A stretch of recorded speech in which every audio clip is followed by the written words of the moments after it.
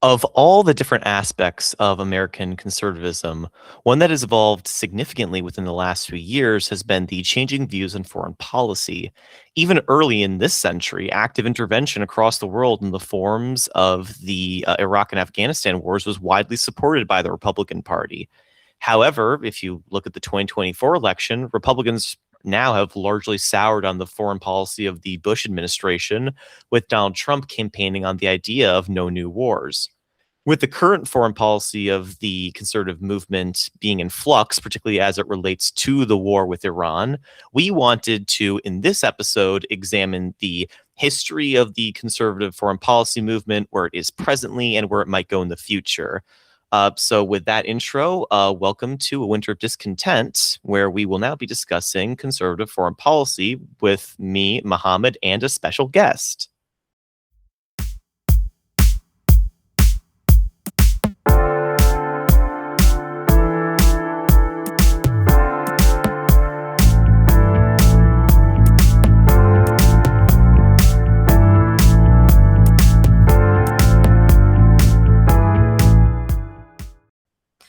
Yes, this is Muhammad on A Winter of Discontent. I'm excited that today we have a third person joining us. Sam, do you want to say hi? Hey, glad to be on the show. Again, by the way, this is the second time. Right, we had you on the an interview episode. Yep, that's right. Yep. A while back. But I guess with that, we'll get right into it. So the first school of thought that a lot of people will think of when they think of conservative foreign policy is what maybe sometimes what people call neoconservatism, oftentimes in a pejorative manner. But neoconservatism is a real school of thought, and it has historically been, at least in the past few decades, the dominant or most important foreign policy school of thought in American conservatism. So what is neoconservatism, truthfully? Neoconservatism can be defined as a belief that American power can be a force for good in the world and that it should be used to promote that good, mainly the good being promoting liberal democracy. So we can understand that neoconservatism kind of overlaps with a lot of different views here, but we need to understand that it can be distinguished from these other views. So how can we do that? So traditional conservative realism, like the conservative philosophy that has been the predominant foreign policy for many thousands of years amongst like traditional conservatives, and liberal internationalism, which is the more predominant view on the American left and liberal spaces, are different from neoconservatism. So neoconservatism believes that America's destiny is intertwined with the rest of the world and that there's a vested interest in enforcing or supporting a moral foreign policy, like promoting democracy and protecting the principle of territorial sovereignty. And it is also distinguished by willingness to use force to maintain those things and to promote democracy. So in that sense, it's different from traditional conservative realism, which doesn't care as much about promoting democracy. And it is different from liberal internationalism because it is willing to use force far more prominently than many liberal internationalists who would like to use diplomacy first. Okay, how did neoconservatism start out? Well, basically, and this is quite a fun story, but in short, neoconservatism started actually on the left and in liberal spaces. Many actual Trotskyists, so socialists and liberals in the Democratic Party in the 60s and 70s were the actual creators of the neoconservative foreign policy. Essentially, these liberals were strong Cold Warriors, like Truman and Johnson. They wanted to stop communism. And they got upset with the leftward in the Democratic Party during the Vietnam War era. They were like, you guys are becoming a bunch of pacifists and weak on the Soviet Union. Many of these people said that they were basically liberals who got mugged by reality and realized you can't be so weak on foreign policy. We live in a dangerous world and we need to promote democracy.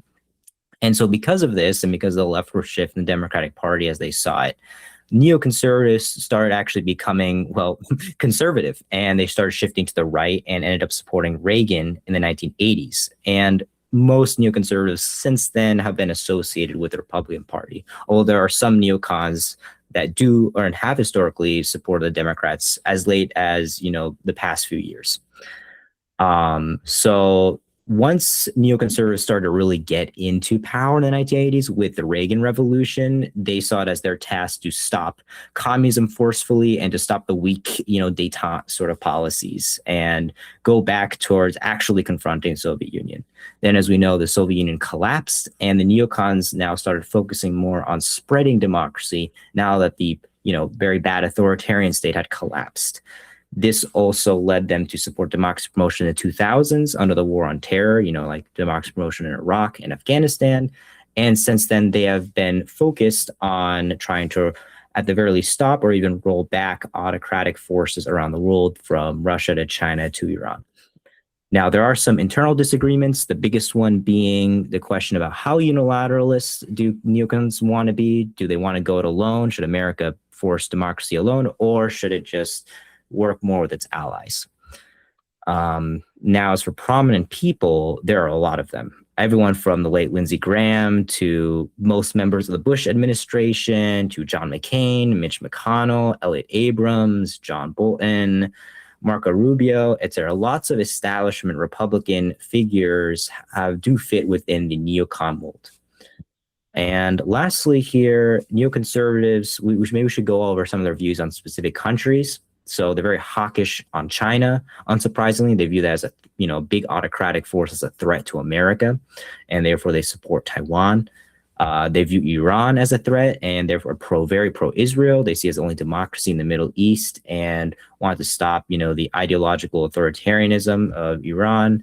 And lastly, they're very pro-NATO and pro-Europe because they want to stop the, authoritarian revisionism of Russia. Today, neoconservatism is starting to become weaker in the Republican Party, especially as younger people start to lose interest in foreign interventionism. But there are still many neoconservatives who are in place of power today. Right. Well, the next sort of big school of thought, and this has become a lot more prominent in recent years, is the sort of transactionalist, or within academic communities, it's often called the Jacksonian foreign policy, named after originally the President Andrew Jackson and the sort of attitude that he took towards foreign affairs.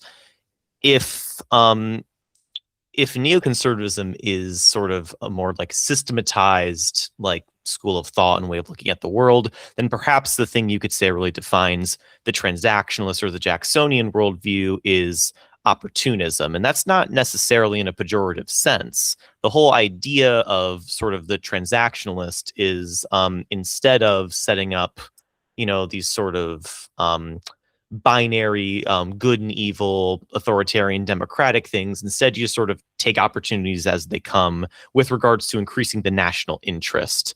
And so a lot of people will say that this is seen in the current Trump administration, particularly the second term. And there are a few sort of baseline assumptions that go into this mode of thought. One of the big ones is the idea that international relations is zero sum. If your country gets something, this necessarily must come from taking it away from somebody else. They really don't tend to believe in the idea that there are mutually beneficial relationships. It's usually, one person's taking from someone else and the other person is getting stolen from. So therefore, you have to view other actors outside your own country with a degree of suspicion because they're trying to rob you. And so what a lot of these guys will say is America's been getting robbed. America has been the guy on the losing end of these international agreements over the last few decades. And this is why we need to sort of pursue the national interest solely in our foreign policy. And this is also they'll say this is keeping America first.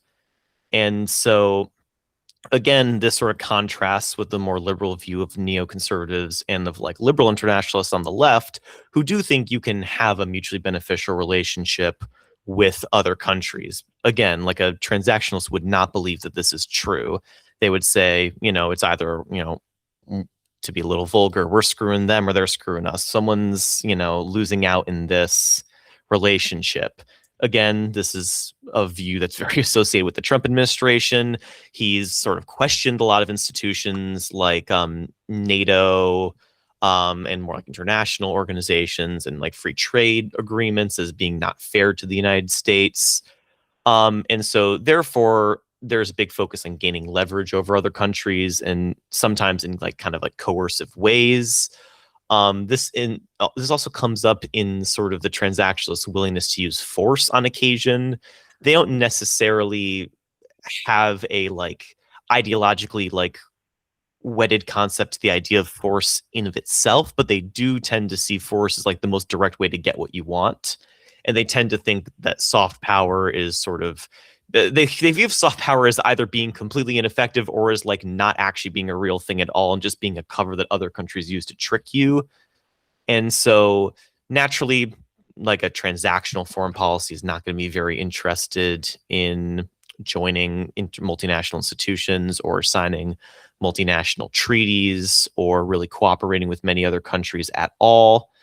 This is seen in trade through like a very strong focus on mercantilism, or the belief that sort of you have to conserve your own resources, and that if you trade them with other countries, you're becoming dependent and you're sort of almost losing your resources. This is almost like a 17th century view of way of viewing trade. And it tends to be very short term. There's a big focus on, getting what you can out of countries right now, because it's believed that you can't really have productive long-term relationships. If it seems like a relationship is productive, that's probably just because the person is waiting to stab you in the back. So therefore, just don't get into these sorts of things at all. And so a lot of prominent people like within this, you'll have like Donald Trump is a guy who is, as I've said before, frequently associated with this. In the past, you've had like even people like Napoleon who, tended to pursue a very sort of France first foreign policy, to put it lightly. But a lot of states throughout history have more or less believed something akin to this. This sort of idea that you have to expand your power and you have to enforce dominance over other countries, and you have to maximize your power and your interests at the expense of other countries. All right. Yeah, another school I think that's less prominent here in the U.S., but it's become more of a thing in Europe, is this idea of a ideological conservative foreign policy. In particular, the idea of a sort of civilizational foreign policy. Now, this school basically thinking is that America should essentially support its European allies in upholding their Western values and their sovereignty, precisely because America and Europe are inherently tied to a shared Western civilizational heritage. And this school basically also states that in a even if some of our European allies are not, in our eyes, sufficiently Western, we're still important. They're still important to us because of that shared heritage. And so obviously in Europe, Maloney is a big example of somebody that holds the school of thought, but it's increasingly here in the United States becoming more of a noticeable thing in our Secretary of State Rubio's way of thinking, based on his, especially based on his Munich Security Conference statements that he made earlier this year. And you can also see elements of it. And yeah, this school basically essentially argues that the civilizational erasure in Europe is a key outcome to prevent. And it believes that the domestic policy decisions and a crisis in civilizational self-confidence are essentially what's behind this. It also supports any Atlanticist Western countries who support other, Western and European countries. So essentially a very strong sentimental attachment to Europe. And I think this is best summarized by the National Security Statement published as of last year, which essentially states that America is understandably sentimentally attached to the European continent, and of course to Britain and Ireland. And the character of these countries is also strategically important because we count upon creative, capable, confident, democratic allies to establish conditions of stability and security. We want to work with aligned countries that want to restore their former greatness. So essentially, this is almost like a Huntington sort of Clash of Civilizations sort of line of thinking, where America and Europe are part of this giant Western civilization, and and any foreign policy should work to promote this sort of civilizational spirit and to make it as strong as possible. And yeah, notable people that have the school of thought here in the United States, it's our Secretary of State, Marco Rubio. Now in Europe, you have people like Maloney and to a lesser extent, the PIS in Poland that also share this sort of line of thinking as well. So yeah, this is mostly a European school of thought, but we're starting to see this starting to show up here in the United States. Now, on certain geopolitical issues, so on China, this school would essentially state that take a very hawkish stance. It believes that China is a threat to the West, and it likes Western aligned countries like Japan, Korea, and Taiwan. And in the Middle East, this school of thought would essentially state that Islam and Muslim migration represent a sort of civilizational threat, especially with a heavy emphasis on migrants, and what they see is essentially economic migrants that are metaphorically invading Europe, so to speak. And on regarding Iran, this school would take a very hawkish stance on Iran, and as it views Israel as essentially a Western adjacent country, much in the same mold as Japan or Korea that the West should be supporting, but perhaps not to the same degree as a lot of neocons want to. Of course, on Russia, this school of thought takes a very, very hawkish stance on Russia. It is very, very pro-Ukraine. And what's important compared to some other ideological conservative schools of thought is this school essentially believes that Russia is a non-Western country, that it is part of a different civilizational sphere than Europe and America. As a result, it also takes a very pro-Atlanticist stance as a result, and it also sees the U.S. participation in NATO as a very crucial element in the Europe security. And it also takes a very pro-European Union stance, but it is different from a lot of liberals in that it essentially sees the EU as more of a project of Western civilization rather than like a liberal democratic one. Yep. Yeah. Moving on to our next school, which is related, but in many ways is takes a sort of conservative ideological position in an even more extreme manner. We're choosing to call this the sort of traditionalist Comintern school. Some people call this conservative internationalism. This is an emerging school of thought, especially in the US, so there haven't been as many sort of like concrete names for it. So we're choosing to call it the trad Comintern because in many ways it sort of mirrors the old like communist international or Marxist way of viewing international relations, which is very much focused on boosting your ideological allies across the world and seeing international relations in a very ideological manner. Now, naturally, they're not Marxist. The trad Comintern, despite the name, is not communist. It's traditionalist. It's traditionalist conservative. And so essentially, these guys believe that, again, the point of U.S. foreign policy should be to support the nationalist patriotic parties and countries and to oppose the sort of leftist, liberal, progressive, or globalist parties and globalist-run countries. And so this is almost an extrapolation of sort of domestic culture or beliefs onto the international level. You just take the fight against globalists in your own country and you apply it on the international stage. So funnily enough, this ends up with a worldview that sort of sees the world as being locked in a battle between nationalist parties and nationalist groups and sort of globalist groups. And so therefore the nationalists, funnily enough, in an international manner, need to band together in order to fight the globalists. Because if they stay divided, then the globalists will be able to pick them off one by one.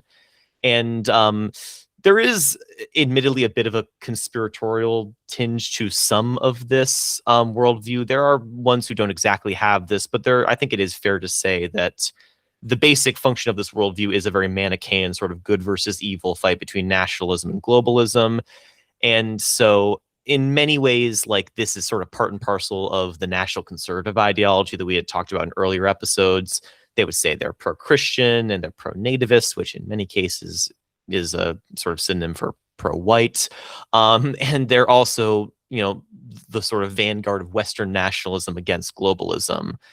And so again, this is a uniquely ideological and internationalist form of thought, way more so than the previous ones that we've discussed. There's a big focus on transnational cooperation and sort of a almost bizarro world, sort of inverted version of liberal internationalism in some ways. It's a lot more cooperative than, say, like the Jacksonians, for example. And although it is like similar to the civilizational view, it is again a lot more ideological.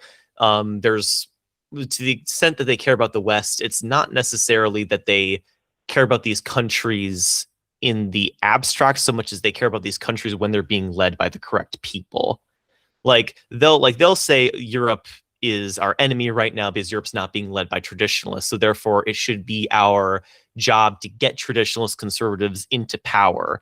And so, like, a big example of this was J.D. Vance's Munich Security Conference speech in 2025, where he essentially outright stated in front of the heads of state and heads of government of various European countries that the current U.S. administration did not ideologically approve of their governments, and that in the future they hoped to see more nationalist parties in power who they viewed as their preferred partners to cooperate. I think then, like, there was after that meeting some sort of connection or meeting between Trump administration officials and members of the far-right AfD party in Germany, sort of further focusing on that like aspect of willingness to cooperate only on ideological lines. And so this is also prominent within some parts of the MAGA movement, although it is more of a thing among intellectuals than it is among the base, although the base may agree to a certain extent with some of this. So you have people like Stephen Miller and Steve Bannon, who are sort of in the more intellectual or sort of administrative spheres of Trumpism, who really believe this. Regarding like their positions on specific countries, they have mixed views on China. They sort of have a jealous admiration for China. They're like, it's not Western, so we don't hugely like China, but Chinese nationalism, what the Chinese state's been able to do, does deserve some admiration, and it would be good if we could do that in our countries as well. And they also like that Chinese society is generally pretty conservative, despite having a ostensibly communist government. But they do feel threatened by China. They're like, China is our rivals, but we need to learn from them.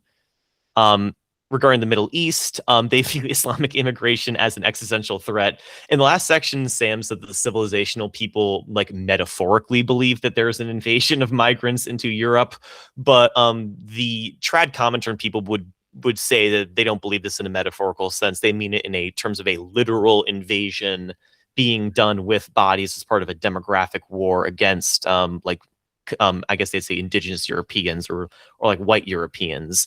They do, again, sort of have a jealous admiration for like the virility of Islamic conservatism. They're like, Islam is a religion of hard gods, and therefore like we need to sort of bring some of that energy to our own stuff, even if we don't like Islam in particular. It's a mixed bag on Israel. Some like it because they see it as a bastion against Islam. Some don't like it because they view Israel is discriminating against Christians. Tucker Carlson is kind of an example of this, where he'll critique Israel for their treatment of Palestinian Christians. They are definitely probably the most pro-Russia out of all of the groups we've talked about so far, because again, they see Russia as a sort of nationalist haven engaging in like a lonely fight against globalism. And in many ways, they see sort of the strong conservative sort of guiding hand of the Russian government is something that they would like to see in the West and in the United States. So therefore, they tend to not like Ukraine. At best, they see it as like, someone who's getting in the way of Russia being strong. And at worst, they see it as like a Western globalist puppet designed to deliberately destroy Russia. And so they either like don't want to give any aid to Ukraine, or they even will say like we should maybe like rhetorically support Russia. So naturally, of course, they're also skeptical of NATO and the European Union, which they see as sort of arms of globalism in the international sphere. Yeah.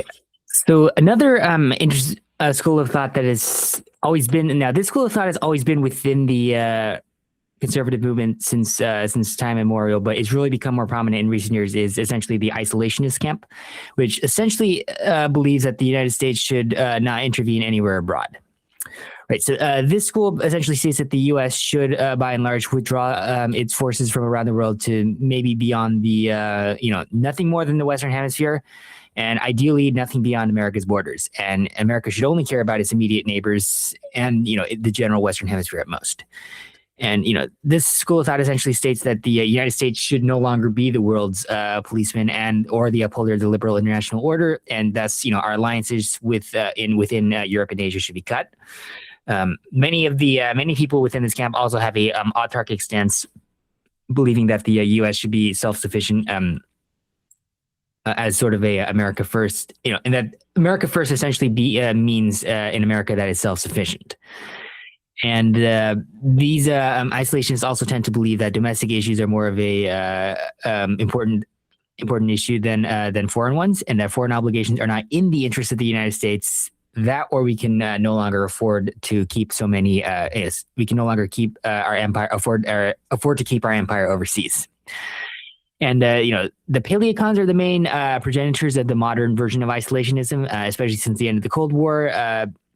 Pat Buchananite types have been the most forceful advocate of this view, and that these paleocons also tend to take national barriers very seriously. There's basically no immigrants in, no free trade, and the U.S. military should not go out either. And many also tend to believe that there is a concerted conspiratorial scheme to manipulate America into foreign wars. Now, what's important to note is that there are some there are radical libertarians like Massey and Paul, like the deep classical liberal types that are against the military intervention, but are essentially take a very liberal stance on trade and immigration. Yeah, and some notable individuals from this camp would include people like Pat Buchanan, Thomas Massey, and Ron Paul, Tucker Carlson, and Marjorie Taylor Greene. Yeah, thank you, Sam. Now I'm going to go over the last school of thought that's kind of influential in American conservative foreign policy spaces, that being realism. Now, realism has a long and storied history, and we really cannot get into that. A long and storied history both within the United States and without that.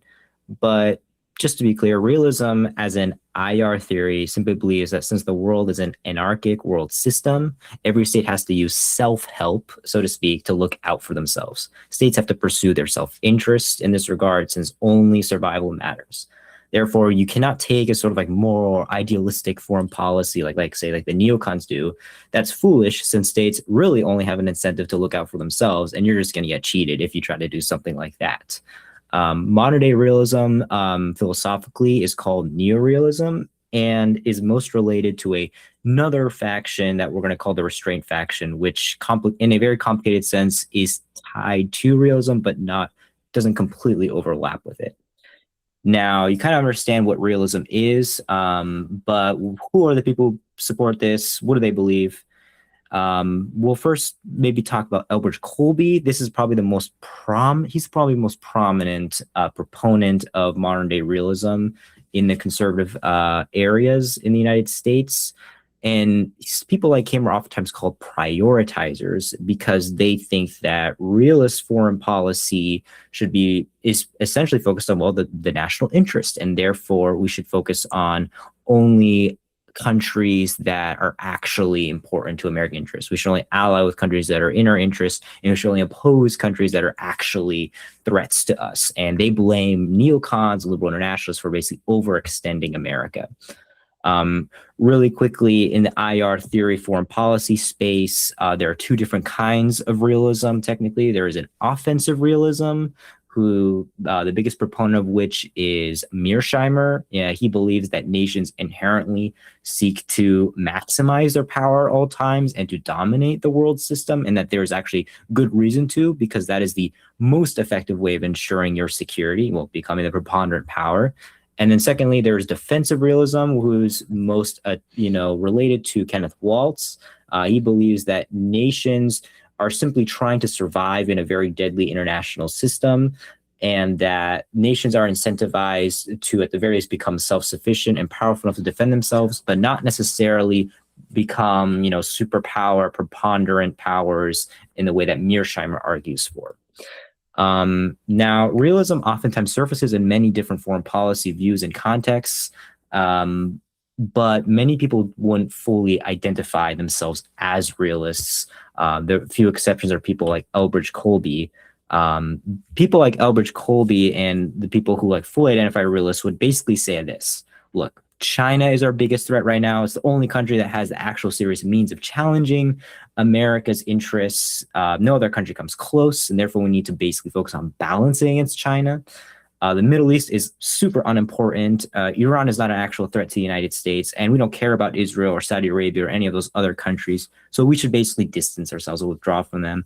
And then with Russia, Russia can be a bit of a threat, but it's nowhere near as serious as China. So maybe a skeleton crew is all that's needed to help NATO. We should basically deprioritize that.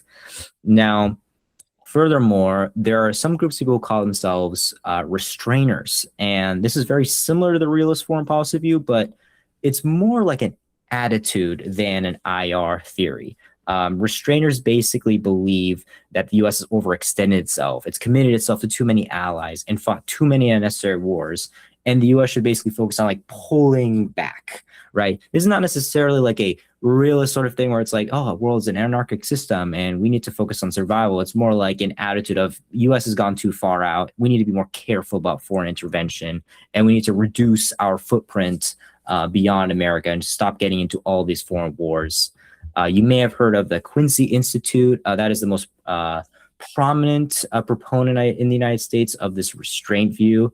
But many Republicans have like shreds of this view, especially when they complain about America wasting its taxpayer resources abroad, like supporting, some of them say we shouldn't be supporting Ukraine. It's not in our interest. It's a waste of our money and time.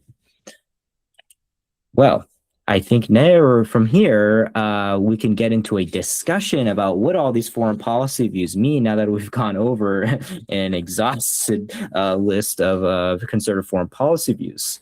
So let's get right into it here. Our first question that we want to really discuss is, why is the neoconservative orthodoxy and the American right that's been so prominent for many decades under attack and contested today? And where will Republican and conservative foreign policy go in the future? I think just if no one minds me starting off, I feel like one sort of school of thought that we mentioned that I do wonder if it is going to have much of a future outside of this administration is the sort of like trad Comintern view, only in the sense that this hasn't really been a view that was expressed by Trump himself. It's sort of something that's been expressed by a bunch of people underneath him. And once those people no longer have access to power through Donald Trump, it's worth noting whether they're going to have any influence at all. I mean, you could even just say this as being true of the national conservative movement in general. To what extent are they able to influence policy through, like, essentially, I guess, like free riding off of Trump's popularity? And once that's no longer a thing and they have to present things on their own, will they be able to get a constituency that actually accepts this like form of thought and allows them to govern with that as the explicit notion? I personally think no. Again, like, this is mostly a intellectual phenomenon. This is something that like higher ups believe. But if you were to actually ask the MAGA base or even non-MAGA Republicans what they would think about the idea that we need to be running like an ideological foreign policy, I think a lot of them would just be like, what are you talking about? No, we need to put America first. That's the thing we liked about Trump. Yeah, I'd agree with that. I think the trad Comintern camp in the future is likely to, I think it's parts of it will likely merge into the more, civilizational kind of thinking of foreign policy. I think other groups in that camp are likely to go to, perhaps might go to more isolationist or in a more transactional direction. But yeah, I think the glue to like hold that line of thinking together, I don't think is there. Because I think, if you look at most polling, even today, most Republicans, they still support, sending more aid to, at least continuing to send aid to Ukraine. Most Republican voters still think, Russia is an adversary and a threat to the United States. So, it goes against it still goes against the majority public opinion in the United States, the trad Comintern ideas. Yeah, no, I actually agree with you. I do think that the trad Comintern ideas will probably be short-lived. It's hard to maintain that ideological fervor when voters especially care more about what is actually America first, or they will care more about the sentimentality attached with supporting our allies and opposing long-standing foes, like, let's say, Russia. I think that those are more enduring than like basically like short-run ideological spurts. But anyways, I want to get into another thing, which is, well, why is neoconservative orthodoxy under attack? Like, in the last 10 years, especially with the rise of Trump, I think, we've seen Republicans increasingly say things like, well, if countries aren't like, Western allied countries, in Europe or East Asia aren't like standing on their feet, then we shouldn't support them. Or, I don't really care much about supporting democracy abroad. We should just pursue America first. Right. This is a big sea change, right? We've clearly seen the Republicans care less about traditional neoconservative thought. And I do think one of the biggest reasons for this is because I think many voters think that neoconservatism has failed in a large regard. Like Trump got a lot of popularity, especially in his running in 2016, because he said, we wasted a lot of resources and a lot of troops fighting in Iraq and then Afghanistan for no gain, right? And a lot of voters took that to heart and realized, maybe supporting democracy at all costs, maybe interventionism at all costs is not really in our interest. And I think that ties up very neatly with the whole America First worldview, right? Like America has been wasting its blood and treasure abroad, and we need to focus on what is actually in our interest. So I think that is clearly the biggest reason why neoconservatism has been under attack in the last 10 years. Yeah, I think that too, and I think especially during the Bush administration, George W. Bush's administration, with wars in Iraq and Afghanistan. I think, a large part of why neoconservatism has declined so precipitously within the right in America is precisely because of the fact that, neoconservatism produced a large record of failures that I also think the GOP in the 2010s didn't really properly reflect on. Because I think, especially even as late as the 2016 primary process, you still had candidates like Jeb Bush, even Lindsey Graham was thinking about a presidential run back then. Yeah. So, the Republicans didn't really, acknowledge that the neoconservative camp had essentially produced this record of failure. And I think that played a huge role too. And I think, the Trump's rise within the party and the fact that the Republican voters are so skeptical of it now. Yeah. Yeah, I think, again, like just echoing what you guys were saying, I think there was like many things, I think there was a bubbling of resentment towards neoconservatism that had been building underneath the surface. And it wasn't so much that Trump caused it, so much as Trump was the one who happened to discover that this resentment was indeed something that could be politically sort of yoked to his own project and give him a boost. And it is interesting the way that this changed for the base, but didn't change for a lot of the establishment people, and how sort of like off guard they were at Trump's ability basically to say, yeah, George Bush was a failure for doing this, and he was like a bad president, it didn't work, which is something that he said basically on the debate stage in the 2016 primary. And, of course, all the Republicans at them were like, how dare you, sir? Like, you can't say that. But Trump had realized that, it doesn't matter what the establishment thinks. If the primary voters have moved past the establishment, or that they don't have that position anymore, then you meet them where they're at. And I think that's always been a talent of Trump, being able to sort of take the temperature of the base and sort of match his policies to it. One that perhaps a talent he might be losing perhaps recently with the Iran war, but it was definitely a way that sort of explained why neoconservative orthodoxy seemed to be so strong and then disappear so fast.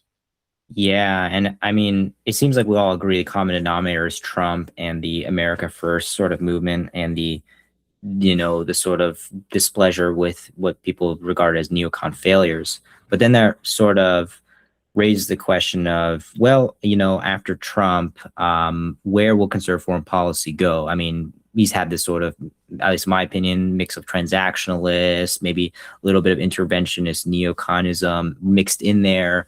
But once he's out, I mean, he's going to be gone at some point. Where will the Republican Party go? And I'm sort of thinking they could be taken in a bunch of different directions. I could see the civilizational viewpoint becoming a strong argument that like internationalists in the Republican Party use to, like a lot of neocons, former neocons especially, they use to get the America First people on board with supporting Ukraine and opposing China. I could definitely see them trying to use that argument's like, look, you may not like the Europeans or something, but they are still, part of our heritage and sort of that. And, you can't betray that, right? And I think that could be a compelling argument. On the other hand, I also see a lot of arguments for a continuation of America First. It does seem, especially with younger Republicans, they're very fed up with foreign wars. They seem the most upset with Trump's recent Iran war. And I think there's a majority of young Republicans actually have an unfavorable view of Israel, for instance. So a lot of the reasons for foreign interventionism abroad might start going away over the coming decades in the Republican Party. And maybe there'll be a slow recalibration towards a even more strong America first view. But I wonder what you guys think about that. Yeah, I think or I'll go. I'll go. You go. I think among certain factions of the right, there definitely will be a shift to more of a civilizational line of thinking. I could also see the isolationist camp again making a comeback. I mean, it's always been, the isolationist camp has always been there within the GOP for a very long time. But yeah, I think I would agree with Mohammed that I think especially the civilizational line of thinking is a good kind of triangulating point between the the old guard of the party and the new MAGA factions that have emerged since 2016. Yeah, I think part of this will really depend on, what comes after Trump. Who succeeds Trump, I think, will play a huge part in like what direction the GOP decides to take in terms of its foreign policy. Because somebody like, if it goes into the more national populist direction that we see with JD Vance, there's a much higher likelihood that, the foreign policy will go into a more transactional or even an isolationist direction. Whereas somebody again like Rubio might represent more of the more of a civilizational or the line of thinking that's closer to the old Republican Party and where its foreign policy views were. Yeah, I think that's interesting too, because Rubio was a neoconservative for a very long time, and actually a rather prominent one. It's only his sort of like latter day conversion to Trumpism that's sort of thrown that in doubt. And I think one can, meaningfully ask whether he really has like broken with neoconservatism. I know a lot of MAGA people ask that question. A lot of them are rather suspicious of Rubio and sort of his mode of thought. And so I do think it is interesting. He could essentially represent, I guess, a reformulation of formerly establishment people who, can't pretend that MAGA didn't happen or that MAGA sentiments don't exist. But at the same time, if Trump's no longer on the scene, they no longer have to essentially bow to his every whim. And now they can maybe return to a foreign policy that they feel more comfortable with, albeit one that maybe couches itself in different ideological messages. It's not about liberal democracy. It's about Western civilization. One interesting thing is I don't know if the transactional sort of foreign policy thing is going to survive the Trump administration. Again, this depends highly on who comes after, but so much of the sort of like Jacksonian foreign policy stuff really depends on the personality of the guy in charge, particularly with Trump. Like Jacksonianism is a very good sort of representation of what Trump already is like in terms of just his like interpersonally. Like he's always been a person who's really prized dominance over others. And so I do wonder, like, and this is something that some academics have said, to what extent is calling Trump Jacksonian just an attempt to basically put like an academic gloss over just the fact that Trump is Trump and behaves however he wants? Like, how much of it is trying to create a sort of systemizing ideology where none actually exist? Like, I do think that once Trump leaves, I don't think we're going to see a sort of Jacksonian foreign policy emerging within the Republican Party again, at least not for a while. Jackson, that's really interesting because that ties in exactly with, I guess, our next question here, which is, and I guess you've put out your view here, but is there a coherent Trump foreign policy? If there is one, whether it's called transactionalism or Jacksonianism, can it exist beyond Trump? And is Trump's foreign policy really any different from his Republican predecessors, or does it actually represent something novel here? I guess you've gone ahead. Sam, do you have any thoughts on that? Yes, it's kind of like as Jackson said. I think Trump's whole foreign policy, I think, it is very transactional by its nature, and I think what he primarily cares about is can I get a good deal that benefits me and perhaps even me personally. That's his entire way of thinking, as far as I see it. And I think to some degree, the transactionalist line of thinking, I think, could actually survive past Trump in some capacity, because again, the Republican Party is, it has been impacted by this could be like a lasting impact of MAGA, where there is more of a, what benefits America first and foremost, even if it might cause other countries to lose. That sort of line of thinking, I think, could still survive in some capacity beyond the Trump years. And I think in that sense, it definitely is very different from his Republican predecessors like Reagan and Bush, in that he doesn't really have a set ideology that's driving his line of thinking. I think, Mhm. yeah, I think it's interesting that you brought that up. I do think the the thing about Trump is just, there isn't like the idea. There's a very big difference, I think, between the first and second Trump administrations in terms of how they behaved, and I think a large part of it has to do with the extent to which Trump was allowed full fettered control over his own administration. During Trump 1, Trump behaves in a much more of a conventional way for a Republican president, albeit with his own sort of rhetorical flourishes. But it's just that it's mostly rhetorical in Trump 1.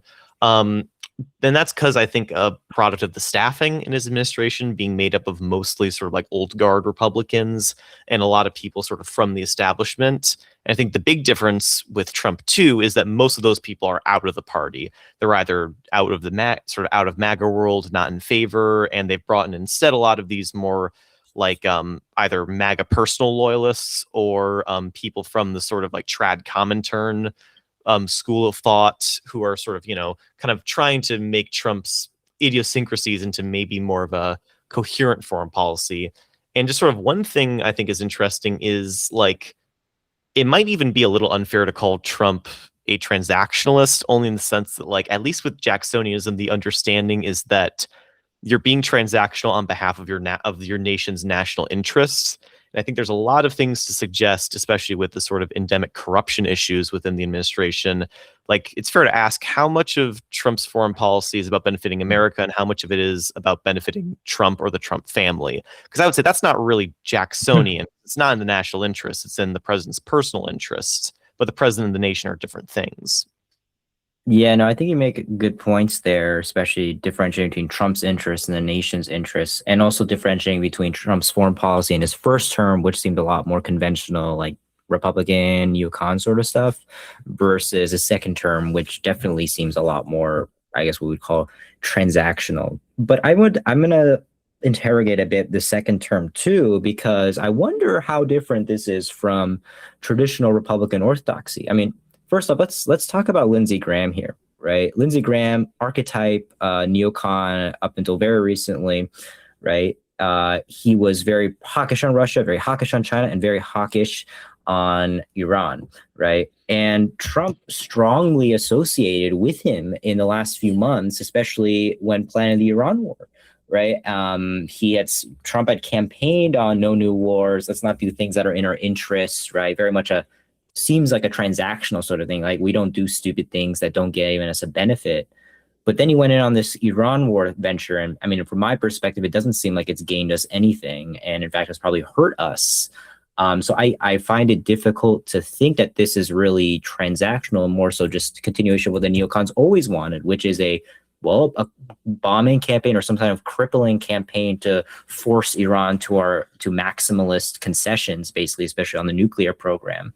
And then when it comes to Russia and China, now I don't really see Trump becoming necessarily more hawkish on China, but I don't really necessarily seeing him become less hawkish on China. I don't see him fundamentally changing our alliance structure in East and Southeast Asia. Maybe he's made our assurances less credible by saying uncertain things about whether or not we'll defend our allies. But he hasn't withdrawn the tens of thousands of troops that are in the region. Same thing with NATO and Russia. I mean, he has put on more sanctions on Russia, especially on the oil and refineries, while he did at first seem to, be like, okay, we're going to cut off Zelensky, we're going to cut off Ukraine. He's come around to being a little more supportive of Ukraine lately, and we haven't pulled out of NATO, and we haven't really pulled out troops from Europe. So I wonder, how different is Trump's foreign policy from his Republican predecessors? Well, we did threaten to invade a NATO country, and actively made territorial claims against a NATO country, which is a massive difference compared to previous administrations. Saying on that thing, there is a really big difference. Yeah, no, I agree that definitely rhetorically it's been different, but we didn't invade Denmark. We didn't invade Greenland, right? So I mean, admittedly, this is a very big rhetorical change. Yeah, but even making those claims is a very serious thing. Oh, If I yeah. go around claiming other countries' territory, they can't be like, "Oh, that's just him joking around." Like that's you claiming that like you have a right theoretically to invade and take that territory. You're claiming it's rightfully yours. Yeah, no, I would say maybe the more accurate thing to say is he has changed from, neoconservative orthodoxy and what Republicans have done clearly, but maybe not changed as much as we think. Maybe Yeah, that would be my definitely. argument here. If that's it, then anyone else have anything to add to this discussion? I think we're good. All right. Well, then I want to thank you, Sam, for coming on this episode. My pleasure. And of course, my usual co-host Jackson. Thank you for collaborating with me on yet another Winter of Discontent episode. Thank you to all the listeners out there. We really are thankful for your support. If you like this episode, please follow episode, maybe leave a comment or like our episode. It really means a lot and helps us with the algorithm. Well, as for next time, we will be releasing an episode on the Francis Fukuyama's End of History essay. So stay tuned for that. A bit of a different tune from this episode. Mm-hmm. We're looking forward to it. All right. Well, signing off for a Winter of Discontent. All right.